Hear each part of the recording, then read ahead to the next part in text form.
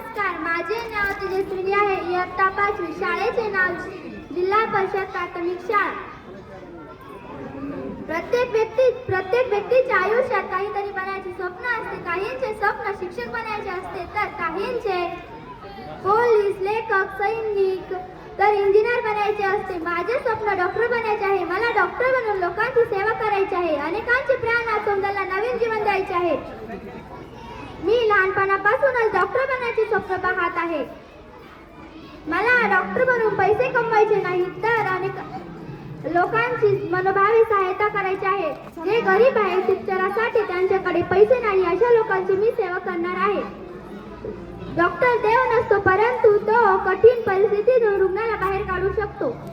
मी लहान असताना माझे वडील नेहमी म्हणत की तुला मोठे होऊन अधिकाधिक लोकांची मदत करायची आहे. तेव्हाच मी ठरवले की मी डॉक्टर बनून अधिकाधिक लोकांची मदत करेन.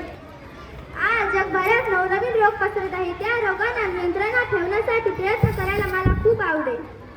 आपल्या समाजातील अनेक लोक कमी वयातच रोगाने ग्रसलेले आहेत. अशा लोकांना मी व्यायामाचे महत्त्व समजून सांगेल व जास्त प्रमाणात औषधे देण्यापेक्षा आयुर्वेदिक पद्धतीने रोगांना नियंत्रणात ठेवण्याचा प्रयत्न करेल. माझ्या जीवनाचे ध्येयच आहे की मी गरिबांची सेवा करेल आणि त्यासाठी मी खूप मेहनत करेल.